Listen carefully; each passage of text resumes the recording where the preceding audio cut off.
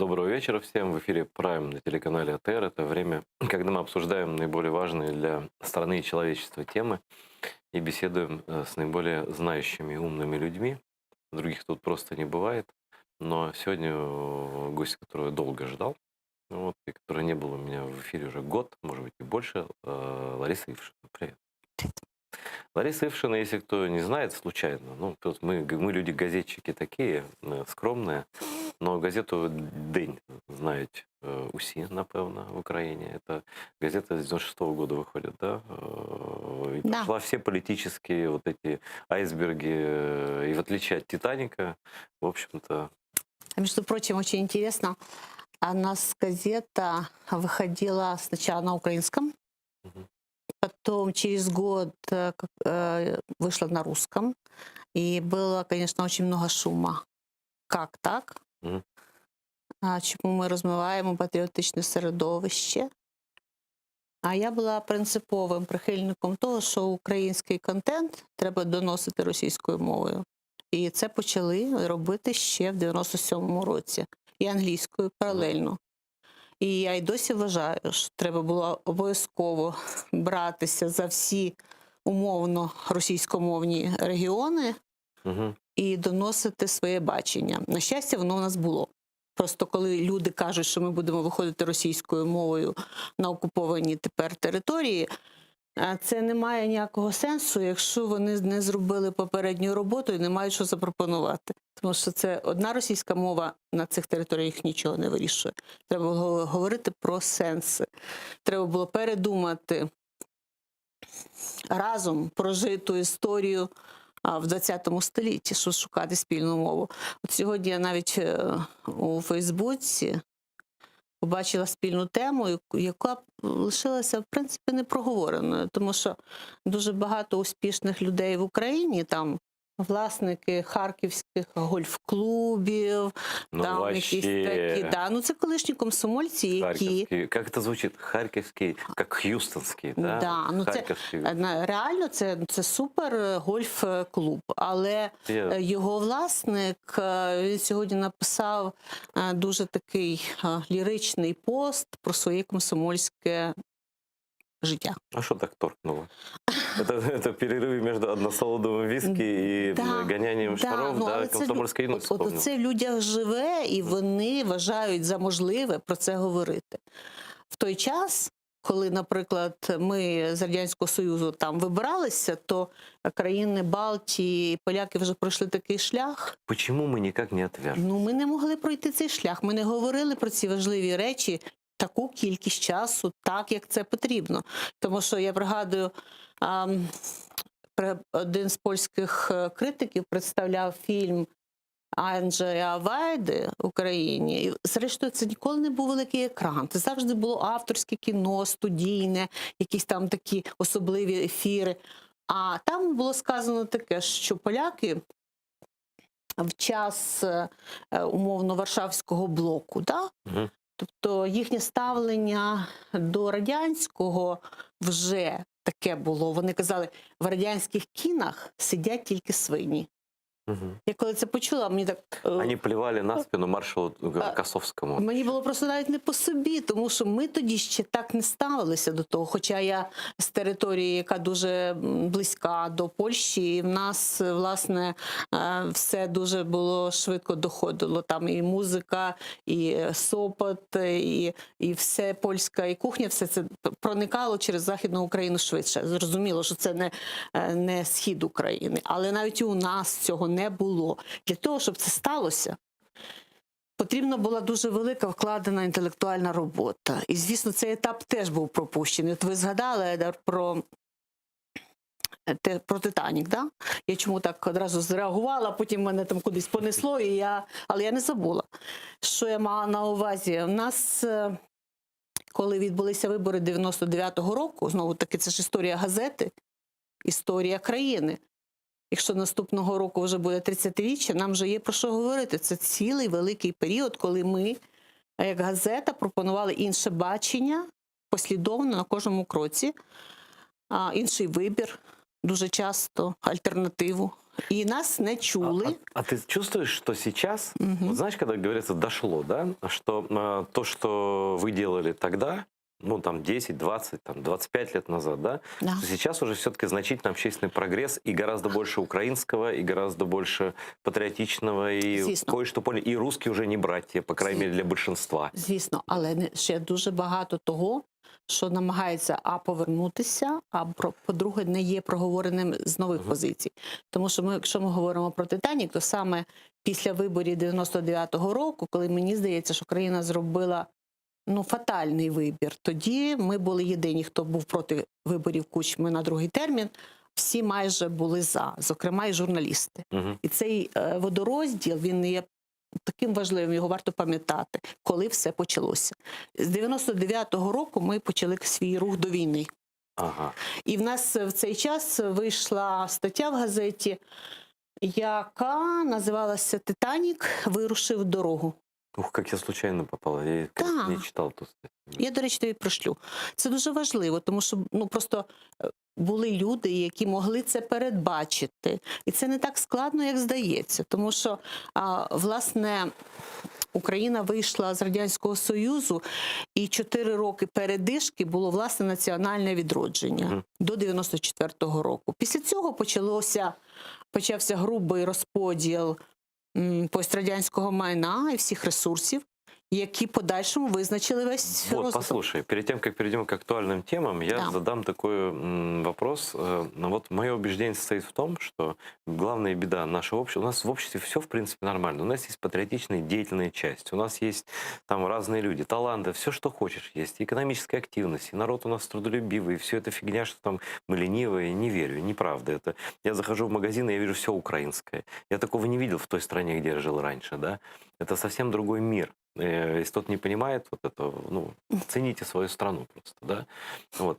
Но мне кажется, что просто глобальные, не глобальные, национальные ресурсы, вот в тот момент, о котором ты говоришь, они попали в руки не просто нечистых на руку людей, да, они попали в руки не очень умных людей. И именно эти люди, и либо антиукраинских совсем, да, либо, может быть, они про себя, но они не очень умные. Вот они вот эти игры посткучмовские, да, вот они ни к чему не приводят. Но, конечно, прогресс огромный, но все равно и на данном этапе СМИ принадлежат одним и тем же людям. Все, как бы Украина принадлежит одним и тем же людям. Да. То есть мы плывем куда-то туда, а потом от этого Титаника, вернее, от этого айсберга, нас отводит Майдан, вот так вот. Це просто такі Долго.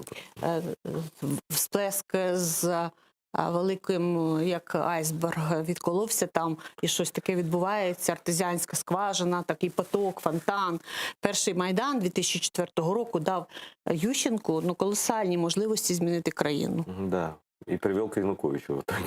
Але тут же ж питання в тому, що і народ теж вірив в нього, але оця суміш комсомольського з національним докором Мгм.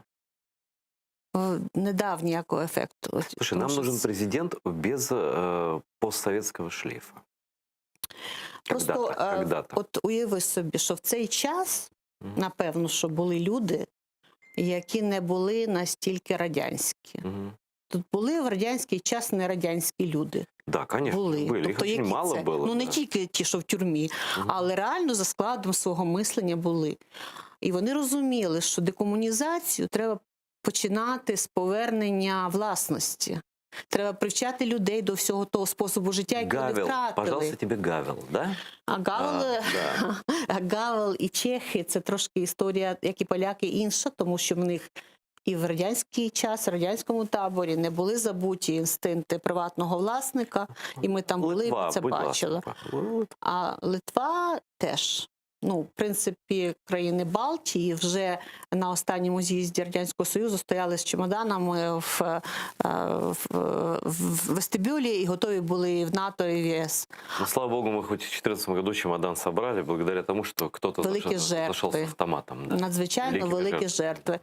І, звісно, я думаю, що ми ще до кінця не усвідомили цю важливість поворотного моменту навіть такою ціною, що ми не маємо права відступати і повсти, бо 100 років тому, навіть в спогадах Скоропадського і багатьох людей просунутих, які написали тоді мемуари, вони говорили, що весь прогресивний світ, як від зачумлених, тікав від Червоної Москви, а романтики, соціалісти, українці, Мгм.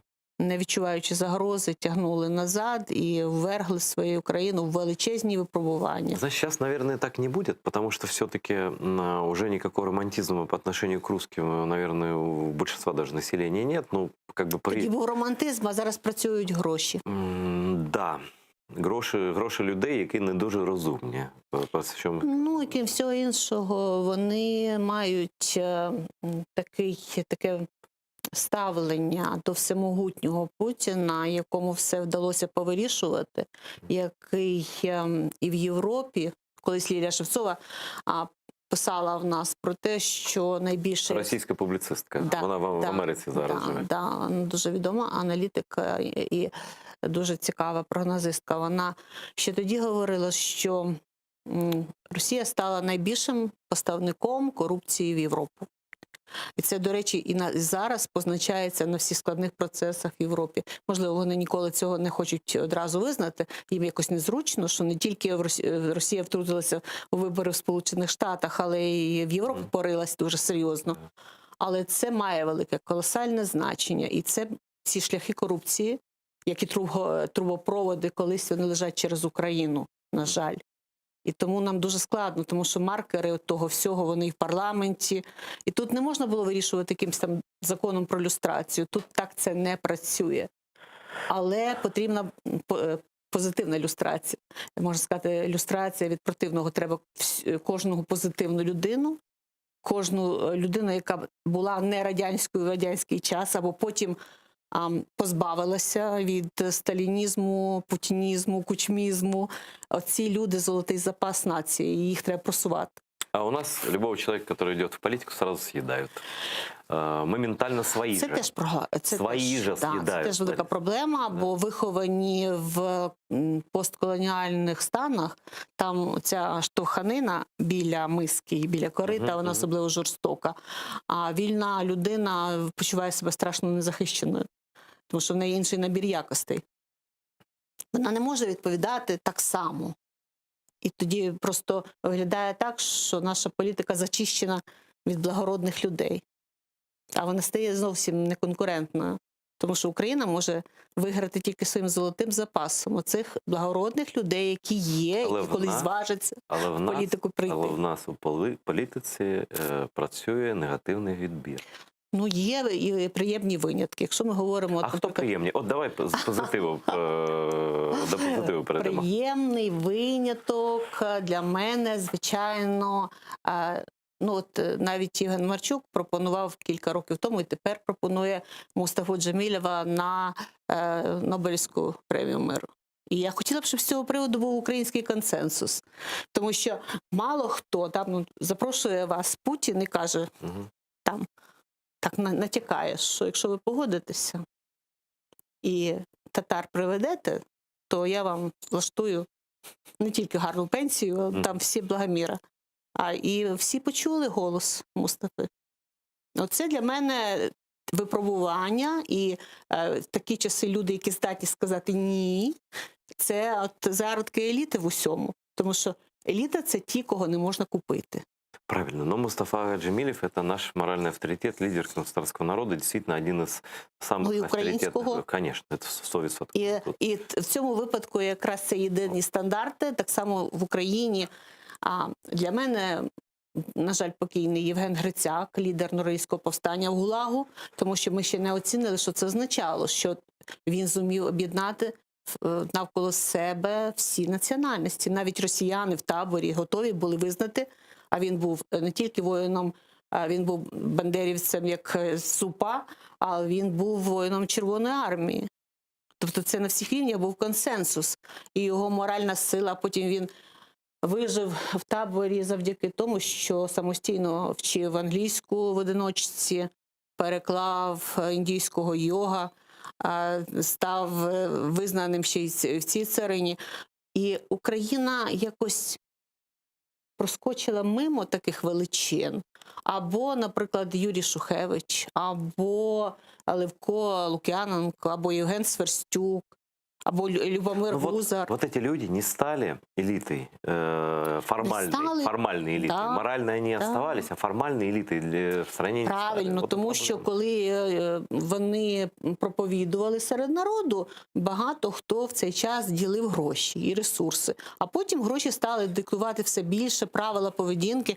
Це можна зрозуміти, тому що в умовах зовсім відносної рівності радянського часу було не так. А коли всі побачили відкриті вітрини західного світу, дуже легко було відштовхнути авторитетів, які щось хочуть вам там розказати, що ми знаємо, що таке Росія, ви не повинні їм довіряти. Це ж говорили всі антикомуністи, всі табірники, які вийшли з ГУЛАГу. Але комсомольці їх не слухали. Ну вот не слушали, вот имеем то, что имеем. Да? Но все-таки ты Мустафа Джемилева упомянула, это классика, скажем так. А вот кто из молодых политиков вызывает у тебя хотя бы сдержанный оптимизм? Кто может стать элитой, вот следующие выборы тогда? Я дуже шаную, і мені здається, що таким маркером є ось лінія поведінки Ганни Гопко в парламенті. І не випадково вона не є в цьому парламенті. Інколи говорять, що вона недавно якось сказала, що в суперечці, що у нас немає ідеологічних партій. І я так само вважаю, що у нас немає ідеологічних партій. І ось останні вибори місцеві – це повний дефолт партій. Повний. Тобто люди показали, що вони не вірять, що за кожною з цих партій є якась ідеологія. Ні християнські демократи, ні соціалісти немає. Ні, друзі, 30 років. Що значить доросли? Якщо 30 років робити не те, що потрібно, то і не доростеш. Не те, тому що це імітація. І коли Гануся це сказала, там їй почали говорити, ну як же, от партія ЄС, да, вона ідеологічна. Я би сказала теж таку не дуже популярну річ, але це чесно. Вектор заданий так. Це може вказувати на ідеологію. Але дуже багато є речей таких неідеологічних, і вони теж очевидні. Тому була така жорстка оцінка на президентських виборах. І тому такі люди... От чому партія Порошенка не запросила Гопко в свої ряди, хоч вона була найуспішнішим, можливо, такий помітний голова комітету парламентського? Не знаю. А ось це дуже цікаве питання. Я думаю, що це маркер того, що система координат, орбіта, близькість до сім'ї Кучми, близькість до Пінчука, якому всі намагаються лестити страшенно. І ці всі єврооптимісти, які народжені Майданом, які зрадили ідеологічні установки. Це ж потім відбулися всі ці чвари, а потім вони всі отримали теплі місця в наглядових радах. Де тут ідеологія? А ті, хто говорить про це прямо, вони опиняються за бортом. Натомість Слава Вакарчук – прекрасний співак, ми його всі любимо. Але яка його лінія в політиці? Коротка. Так, а яка вона? Де тут моральні авторитети? Я все-таки з усіх сил би хотіла назвати якихось послідовників. Ну, назови ще кого-то, крім Ганни Гопко, погоджуюсь цілком. Айдар, але цього вже зараз, я би сказала, трохи є, хоч хтось. Ну, хто? А давай будемо далі шукати, хто вірний своїм поглядам, стійкий, хто говорить про те, про що говоримо ми, про минуле, про історію. Тому що без цього неможливо вискочити з минулого. Я же сам буду називати фамілії, якщо ти не хочеш. Я буду сперечатися. Значить, Лана Зеркаль, Олег Сенцов, хто з молодих ще? Ну, хоча б про них. Ну, поки що в політиці вони нічого вони хочуть, це очевидно. Хочуть, якби що зроблять, і будемо про це говорити. Поки що нічого. Ну, стартові позиції вони мають? Звичайно, серйозні? Стартові позиції є, але все це перевірка часом. Тому що на них всіх, як на цих курчат, які вийшли на вулицю, так чекають такі розпростер крила полювальники, які дуже вміло за свої сітки моментально їх втягують. І з обнадійливих персонажів вони стануть такими ж самими тушками дуже швидко, як і інші, якщо вони не покажуть не тільки характер. Для того, щоб йти в політику, треба або мати свій ресурс, або поставити якісь питання для того, щоб з тобою рахувалися. зокрема, і олігархи. До речі, я ще про кого могла сказати добре слово. Ну, він такий скандальний, звичайно, а це Борис Філатов. Угу. Він, Подобається. мені здається, дуже обнадійливим однією особливістю своєю. Угу. Перше, він один з тих, хто, маючи свій ресурс, має походження, виховання, Він інтелігентний. яйця має, вибачте. За Ну, я трохи інш про інше, але Ні, це теж політичне, важливо, звісно. Але Да. я хотіла сказати ще ось про що. Він один з небагатьох, з ким я можу говорити про ті теми, з яких інші мери взагалі до цього не мають інтересу. Наприклад, ми якось з ним спілкувалися, і він теж висловив інтерес до В'ячеслава Липинського, а це та фігура, яка була надзвичайно популярна 100 років тому і зараз нам дуже потрібна. І про політичний націоналізм, на відміну від націоналізму, який сповідував Донцов. А Борис Філатов розуміє це, він це читає. Він, до речі, був тим мером з Сходу України, якому один крупний діяч з діаспори довірив архів емігрантської літератури. До нього багато було ходоків, але він нікому не довірив, віддав це в руки Філатова, і Філатов відкрив музей, бібліотеку імені сенатора Маккейна. По-моєму, це заявка. Це не просто, тим більше зараз мер і показав результат на цих. Ну, Дніпро – це взагалі таке місто феноменальне. Да? З одного боку, це там схід. З іншого боку, це не схід. Ну, там музей АТО, там просто супер, так. Мої друзі зробили. Да? Що там є? Там музей Голокосту, там просто чудовий, теж мій товариш зробив. Ну, Філатов дуже цікавий саме цими вчинками, тому що про всіх, хто мають якісь задатки на майбутнє, теж можна говорити, але це ще на майбутнє. А ось ті, хто вже має історію, перш за все, це історія опору у війні 14-го року. То есть, по твоему мнению, Филатов входит в число тех людей, который может попробовать стать следующим президентом? Так, я думаю, що він може. Еще кто? Интересно. Хоча його будуть топити, звичайно. Слушай, топить будут любого. Да? Ну, його будуть, тому що він конкурентний. Він реально конкурентний. Ну, а хто ще? Ресурсів ніхто не дає і не дивиться, але мені здається, що от один мій критерій, мені здається, цікава твоя думка, бо люди, які пережили катарсис 2014 року, і вони вибрали Україну, вони заслуговують особливої пошани. Це люди Донбасу і це люди Криму. От з тих людей, які вибрали Україну в Криму, це Андрій Сенченко.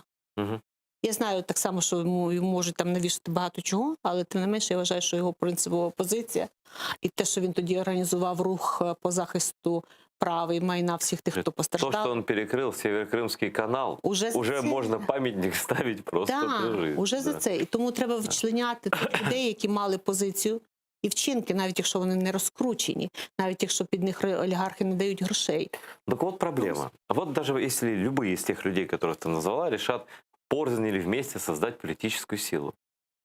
Как им деньги-то собирать? Как им попасть на каналы? Не на YouTube-канали, а на ваш потраплять? Ну, на наш, звісно, ми всіх запрошуємо. Це немало. Всіх патріотичних людей. Інколи треба не потрапляти на всі канали. Треба, щоб суспільство розуміло, що ось ці люди, вони мають кредитну історію, і на них можна ставити. Якщо вони витримують це, то достатньо одного каналу або кілька YouTube-каналів, пул. Тому що інші не будуть дивитися. А ти думаєш, це вже произошел этот перелом? Да, я сформулирую вопрос. Вот очень сильно пихали Пальчевского пихали. Да? Прям, ну, борды по всей стране. На всех там, я телевизор не смотрю, но я знаю, что он везде, да? Пихали, ну, Шарик это немножко другая история. Ну, пример, вот один пример Пальчевского, просто не потому, что он Пальчевский, а просто пример, да? І щось не спрацювало. То есть эра больших каналов, вот это нахрапа, знаешь, когда из каждой дырки, когда на каждой улице, оно уже прошло? Или вот этот перелом в YouTube, вот куда-то туда? Или нет ще? Психологічно відбулося. Є такий ефект від розмагнічення або знецінення. Можуть вкладати скільки завгодно грошей. Якщо люди відчувають... Тобто вложив кучу денег, а на виході нічого не буде. Він просто промахнувся. Тому що вони неправильно розшифрували перемогу Зеленського. О, як інтересно. Ну-ка, розшифруй. Ну, я Очень думаю, интересно. що це така багатостороння. Они подумали, что нужно, можно просто образ. Да, вони, їм да. дуже подобається, і вони впадають в той стан, який їм навіюють російські канали. Мгм. Самі обманюють, самі вірять.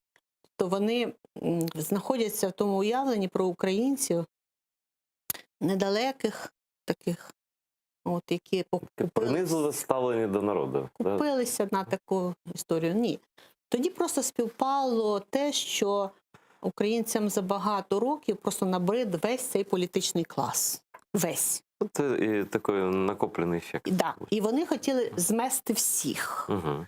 І інколи я казала те, що я розумію це, мені теж вони всі набридли. В принципі, просто єдине, що з цього стану можна зробити два прямо протилежні висновки. Я вважала, що треба йти вверх, піднімати ставку, вимоги, а вважали, та ладно, ми їх там всіх скинемо і візьмемо вже хоч кого. А тим більше, що така аура була, ну, вчитель.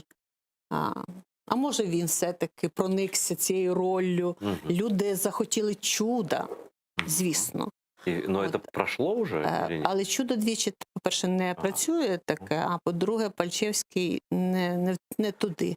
І про нього були розказані кілька історій, ну таких невеликих історій, але які дуже сильно запали українцям.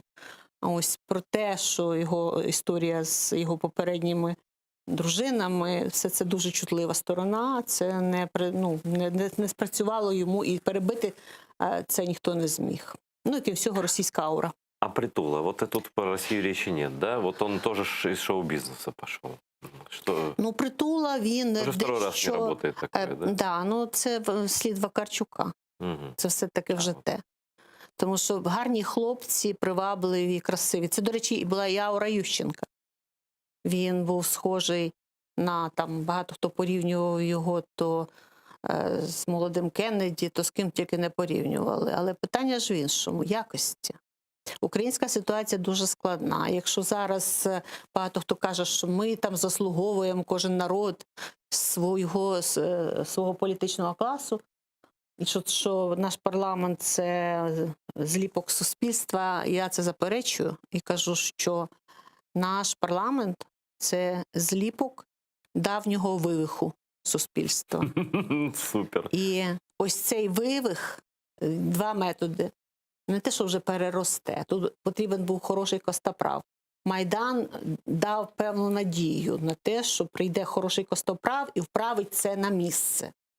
А він це не ідейний. Але не все спрацювало, тому що, знову-таки, люди прийшли на Майдани з щирою метою змінити, але не вдалося змінити систему, а змінили, власне, тільки фігури. Угу. Це завдання на майбутнє. І тим більше не може зачаровуватися, не можна кипіти ненавистю, хоча в багатьох, я уявляю, як вони всі бісять. І тут ще фактор великих втрат. Все це треба вибудовувати перспективу зовсім інакше, раціональніше. Ми надто емоційні і тратимо свою пасіонарну енергію не туди, куди треба. Я думаю, что русские с удивлением смотрят на то, и, наверное, с умилением, как украинцы патриотичные могут грызть друг друга, например, да? Ну, вот, кстати, зритель пишет нашего эфира, что вот он, например, называет фамилию Стерненко, как молодого политика, общественного деятеля. У него есть будущее политическое?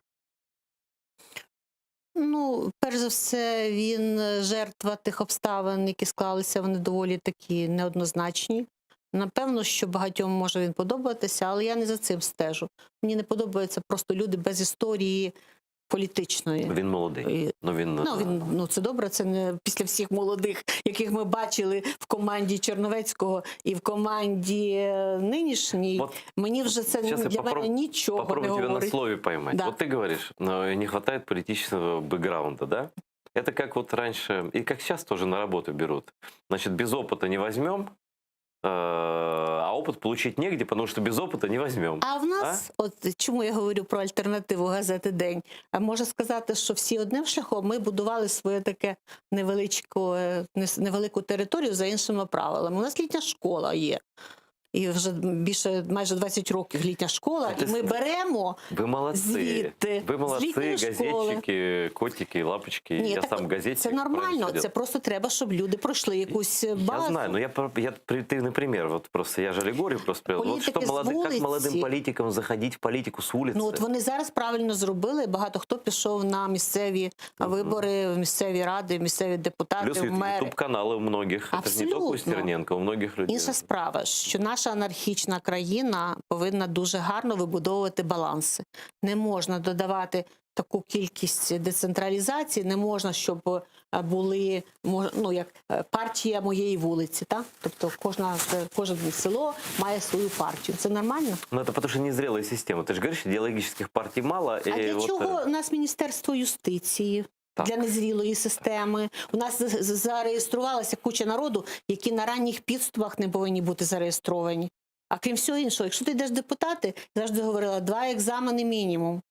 Знання української мови і знання історії. Ну, це ж... Не обговорюється. Це імператив, це треба було зробити ще в 90-му році. Конечно. Ну, это, понимаешь, такие... Вот, говорит, еще нужна у психиатра справка, у нарколога справка, и та справка. Якщо ти знаєш історію, вже можна не мати психіатра. Да. Хорошо. Давай все-таки у нас разговор общефилософский, такой глубокий. А хто ще коли? Як не ми. Ну да, правда. Но все-таки у нас в стране происходят удивительные события, что ни день, да? Да. Значит, ничто не предвещало беды, по крайней мере, для простых людей. Как вдруг за один день докатилось до угрозы страны ЕС временного представления безвизового режима. Все из-за того, что вдруг Конституционный суд по запросу депутатов из ОПЗЖ, да, симпатиков России, назовем их так, да, выносит решение, которое просто всю систему коррупционную, просто убирает весь мониторинг доходов у всех чиновников сразу. Там есть еще последствия, что из-за этого власть выбранная местная не может там и так далее. Тут же находят купленную уже после оккупации временной Крыма недвижимость у главы Конституционного суда Украины. Да? На самом деле это такой политический скандал, это такой ужас, да? Все вместе и каждое вот это звено в отдельности, да? И плюс еще, да, и президент Зеленский созывает РНБО, Раду национальной безопасности и обороны. Вот сейчас мы ничего не знаем про результаты, а оно идет, потому что, да? Ну, там вот сейчас мне редактор сейчас подскажет, я послушаю, что там происходит. Да. Ну, связь пропала на самом интересном месте. Ну, в общем, как только, так сразу. Ну, в общем,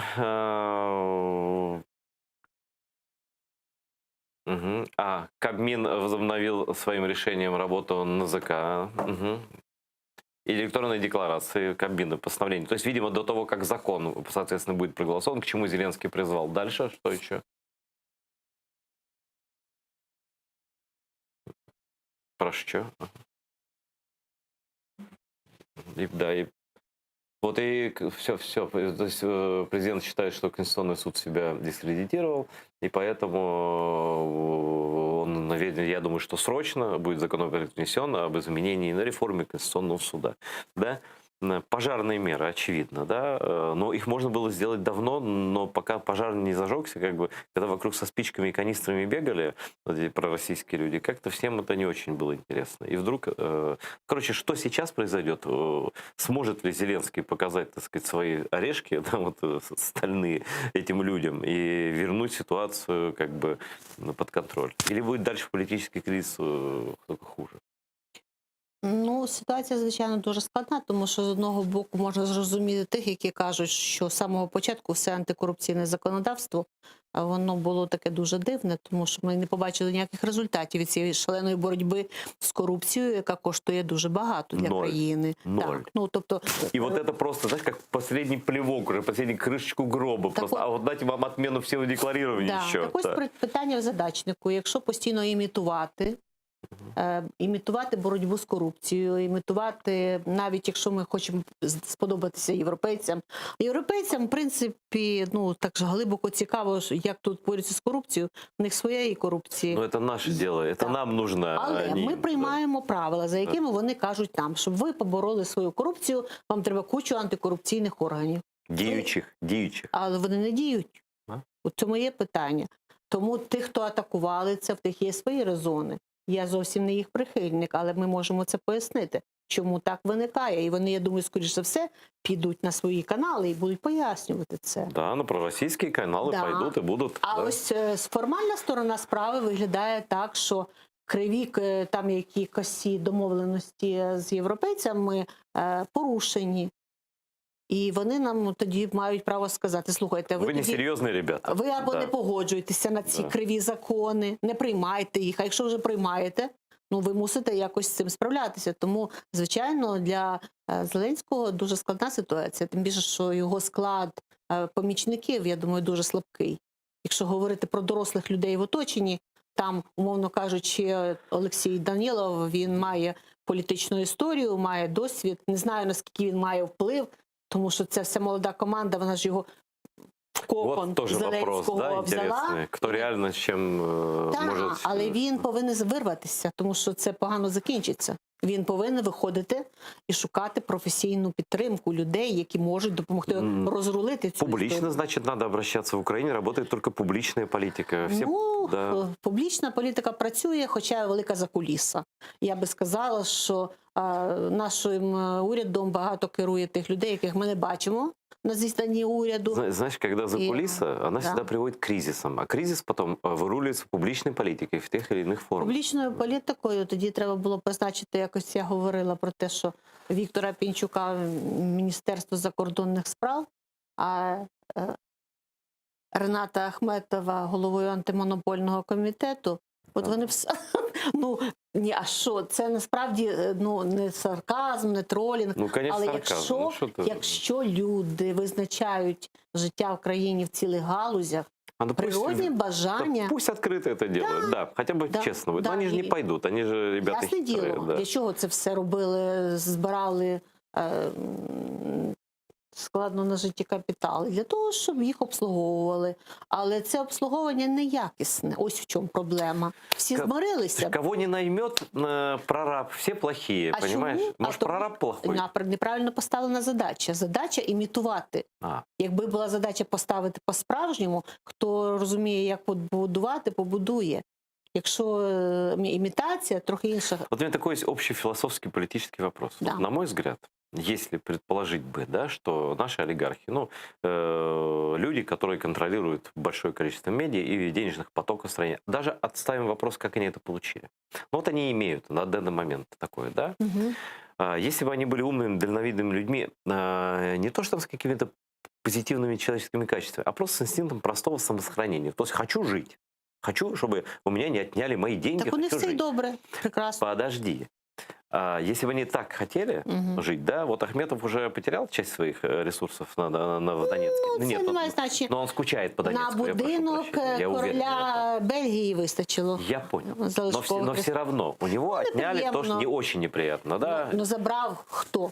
Ну, Путин забрал. Ну, Ну. послушай. Ну, так вот, соберитесь, пацаны, да, если вы такие умные, создайте пул олигархов, да, и вооружайте армию, делайте то, это. И вместо этого какие-то интриги.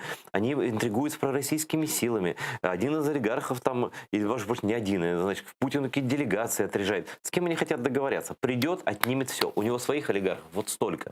Неужели не понимают общую для себя угрозу? Вот что Украина От это их крепость, да, и их я тоже думаю, крепость. що це саме те, чого, на жаль, вони не могли зрозуміти, і їхня зневага до багатьох українців ґрунтується на тому, що дуже багатьох вони купували і вирішували свої питання інакше. Але насправді ви абсолютно праві. Саме так і треба було, тому що українці доказали свою патріотичність, показали війною 2014 року, що для них є високі цінності, і вони рідкісний народ в Європі зараз показує, як Україна може стояти за свою свободу. І при тому зберігаючи, страшно сказати, да, війна, пандемія, все, що хоче, високі стандарти виборів. при всьому при тому. Це взагалі немислимо. Да. І я думаю, що опиратися на такий народ – це велика розкіш. За цим треба було б ганятися, а не за брязкальцем. Так? В принципі, хоча я думаю, що цінність капіталів теж ніхто не відмітає, тому що конкуренція в світі в собі подібних виграється не тільки з допомогою пафосу, лірики і героїки. Треба вміти. Технології дорого коштують. Але всього цього теж можна навчитися. Я чомусь переконана, що в Україні ще будуть ці політики, тому що ми назвали там кілька обнадійливих. Але по кредитній історії, ми постійно про це пишемо в дні, в нас випробування, вони ще не засвідчені просто. Ага. Це таки показало великий потенціал. І навіть і ці вибори показали великий потенціал. Все-таки, вот не знаю, может, со мной согласишься, нет, мне кажется, выборы все-таки позитивно прошли для Украины. Ну, принаймні, значно краще, ніж могло би бути. Да. И все-таки видно, и просто я по своим знакомым вижу, куча людей пошли в политику на разных уровнях, в разных городах, областях и так далее. Они же сейчас, это тоже, ты говоришь, политического бэкграунда нет. Да. Вот они сейчас наращивают политический Да. бэкграунд. Получится, они там, как бы не удастся у них, да? Щось треба починати, мати свій досвід, і в кого вистачить характеру, вміння вистояти, сказати своє ні, коли ти не можеш прийняти якусь пропозицію, і сказати своє так, коли тобі, може, це незручно, ти ризикуєш, але вибрати таку лінію поведінки. От коли бувають такі часи випробування, люди дуже часто найкраще висвічуються. І в цьому є надія. Скажи, пожалуйста, все-таки кризис политический, экономический нас ждет или удастся президенту Зеленскому вырулить? Вот я просто сейчас читаю, вот Дмитро Кулеба, министр закордонных справ, пишет, з утра я обіцяла, ну да, я українською, зранку я обіцяв, що суспільство і наші міжнародні партнери швидко побачать кроки президента і уряду для вирішення проблем, створених рішенням КСУ. Сьогодні президент, РНБО і Кабмін стали на захист антикорупційної інфраструктури України, зупинили її демонтаж. Драйвовий видався день, пише Кулеба, але було чітко зрозуміло, що потрібно робити. Був у мене сьогодні лише один сюрний момент, коли ти сидиш на засіданні РНБО і розумієш, що йдеться про захист країни від її ж Конституційного суду. Завдяки принциповій позиції президента все було зроблено швидко і правильно. Рішенням РНБО і Кабміну ми витиснули максимум з наразі можливого. Попереду відновлення антикорупційних законів і пошук шляхів відновлення справедливості в КСУ. Удастся кризис этот преодолеть или будет хуже? Потому что демонстрации уже готовились там и так далі. Я думаю, перш за все, треба було б мітингову стихію трохи відсунути, поговорити з спеціалістами. Наскільки я знаю, 4 судді Конституційного суду проголосували проти тоді рішення, коли це приймалося. Серед них такий відомий правник і політичний діяч, депутат першого парламенту ще Сергій Головатий. Якщо він прийде, я думаю, було б дуже цікаво почути його внутрішню історію. Перше, як ми дійшли до такого складу Конституційного суду, чому наші конституційні судді на найвищій взагалі вершині стоячої влади в країні гнуться. Що за обставини, що там пальці в двері закладають, що з ними там роблять? Якщо це можна пояснити суспільству, було б це дуже-дуже корисно. Водночас, я думаю, дуже корисно було б розуміти, все-таки антикорупційне законодавство, воно якісне? Ну так, от експертно, чесно сказати. А якщо не якісне, то що треба змінити? Чи не занадто вартісно для небагатої країни оплачувати офіси, гріти, без будь-яких справ, без будь-якого розслідування. Тут навіть питання в тому, що мені не подобається, коли говорять, там будуть посадки. Що за манери? Звідки ці посадки мають взятися? Що за сталінізм в повітрі витає? Якщо ви хочете справедливості, вона вирішується в правовий спосіб. Должны бути критерії, закони і відповідальність чітко прописані. Звісно. Ось про це повинна бути найперша мова. І якщо ми говоримо про те, що європейці дивляться на цю всю історію зовсім інакше, ніж би нам хотілося. Тому що вони цей шлях уже пройшли. Смотри, вот одной из угроз, я вижу, как Россия через своих агентов влияние качает страну. как Конституционный суд принимает такие решения, и тут так трогательно ОПЗЖ туда заходит, с этим-то решение принимается, и недвижимость в Крыму, все очень интересно и хорошо в этот пазл складывается. Какие сейчас будут истерики на пророссийских каналах, мы тоже видим. И вот вопрос. Порошенко они мочили по-черному. Ничего он им не сделал в итоге. Ну, были предупреждения, там Сергей Костинский работал, что-то делали, там что-то там их как-то... Но по большому счету у него рычагов таких не было. Ну, не было политической воли их придушить. Давайте вот называть своими именами. Значит, вот вторая каденция после Майдана президента, да, и парламента. Мгм. Опять слова сначала. Помнишь Зеленского? Мы знаем, откуда деньги, мы все это сделаем. И вот они же его сейчас мочат, топят, да? И опять ничего. Ну, То есть мы по эти грабли опять, то есть бьемся об них, давайте нас растаскивайте, делайте нам кризис, хаос и так далее. Ну почему такие беспомощные? Ну как так можно? На Ну, фронте ми воюємо, а тут... ось це і головна проблема, що в нас традиційно, що такі сильні, мужні на фронті і такі безпомічні в політиці. І тим не менше, я думаю, що якщо Зеленський відчує це його особисто починає Загрозу. стосуватися, да, Мгм. тому що він думав, що з цими людьми йому доведеться домовитися, якось. якось. Ну, вони настільки багато вже пройшли всі разом, до речі. Це такий загальний пул. Якщо він спочатку подумав, що його оточують добрі люди, який олігархічний консенсус, який привів його до влади. Вони всі так само хотіли і Порошенка покарати, тому що з їх точки зору він зарвався. Ну да. А тепер Очень вони похоже, кстати. тепер вони так само можуть покарати Зеленського. Але тут проблема в тому, що і країна страждає дуже серйозно в цьому. Тому нам потрібно найперше знайти спосіб зробити владу віддаленою від олігархічних впливів, хоча б на мінімальну санітарну відстань. Тому що їхня боротьба, яка виглядає як велика внутріпартійна боротьба, хоча за тими партіями приблизно ті ж самі люди стоять. На жаль. А українці між собою б'ються аж просто до посиніння. Хоча з іншого боку, слава Богу, у цьому всьому виростає певне розуміння, що у нас є спільний ворог, і цей спільний ворог давній. І тут треба демонтувати цю систему. Не те, що от навіть вже після другого Майдану вже багато голосів звучало так, що справді не про перший мільйон і не про перший мільярд навіть іде мова. Як зробити олігархів соціально відповідальним бізнесом? Як зробити так, щоб міг дихати середній клас, тому що його реально немає. А тепер через оці вибори ще місцеві, з одного боку вони ніби непогані, феодалізм опустився в пори суспільства. Всі радіють і кажуть, боже, в нас є такі прекрасні мери, які мають там 80% підтримки. З одного боку це плюс, а з іншого, хто буде протистояти на районному рівні людям, якщо вони раптом вирішать стати сатрапами? Тобто йому захочеться керувати так, як керує монобільшість вверху. Що цьому завадить? Які Як же вона запобіжники? керує? От через те і буває так, що не може допускати монополії. У мене найбільша претензія до українців на виборах минулих у тому, що вони не бачили загрози в монополізації влади. Но смотри, да, был определенный момент, но таких результатов никто не ожидал, да? Но вот тебе выборы местные.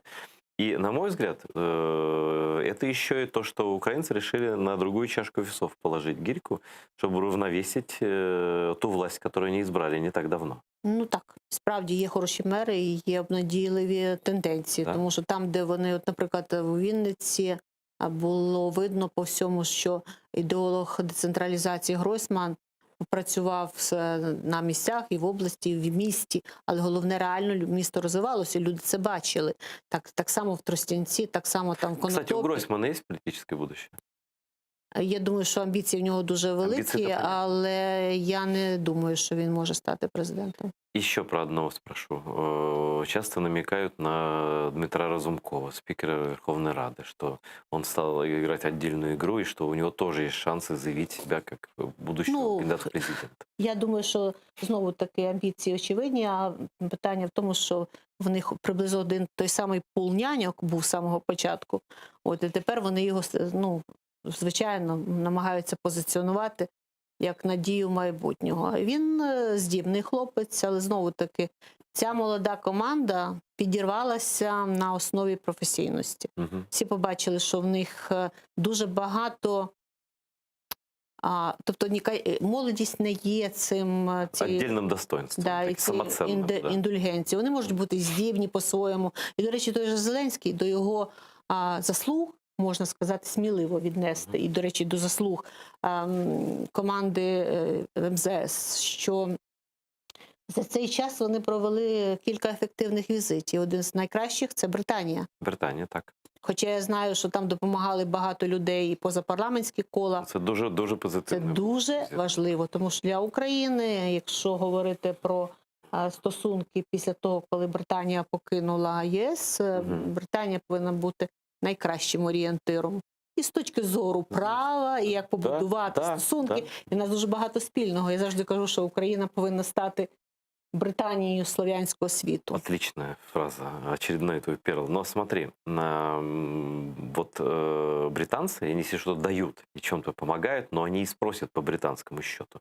Это не французи, я прошу прощения. Це дуже добре, це повинно вирощувати нашу відповідальність. І знову-таки ще одна моя улюблена тема про те, що коли Тетчер виступала в парламенті на початку 90-х, то вона сказала, так, ви вибрали шлях свободи, ви повинні йти. Але повинні одне пам'ятати, що тепер ви будете відповідати самі за все.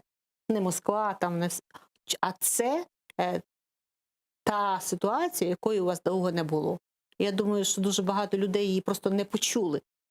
Тому що тоді можна було до влади делегувати тільки тих людей, які знали, як можна управляти територією найбільшою з ядерною зброєю, яка випала з пащі не абиякої країни, а СРСР, з усіма гулагами, з усією історією. Підійшли до цього на якомусь етапі, може, трошки відповідально, але часом і дуже романтично.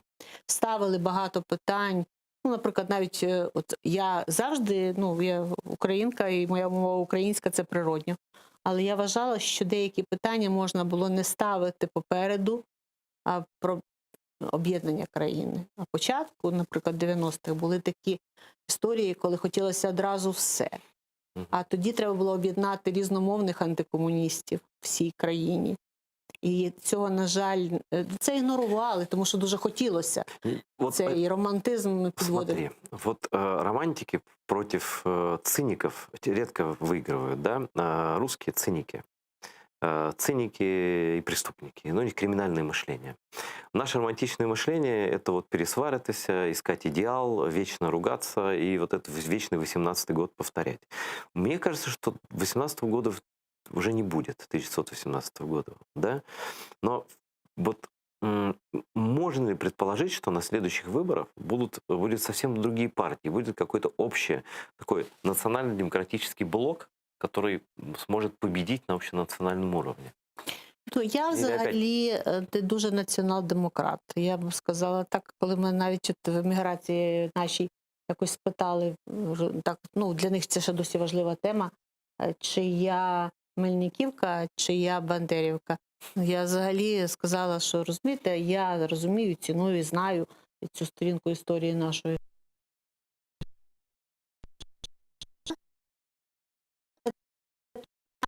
План розмови.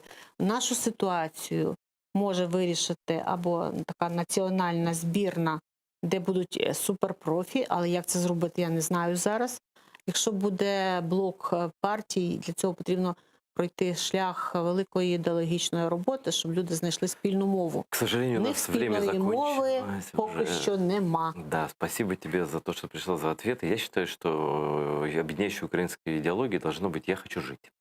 Потому что у нас есть общий враг, который, знаешь, который не будет разбирать. Все в одном це будем. Звісно, але для того, щоб їх перемогти, нам потрібно жити дуже добре. Краще навіть, ніж ми собі могли уявити. Мудрая Лариса Ившина в эфире АТР. Всего доброго, смотрите нас каждый день. Берегите себя и свое здоровье, и своих близких.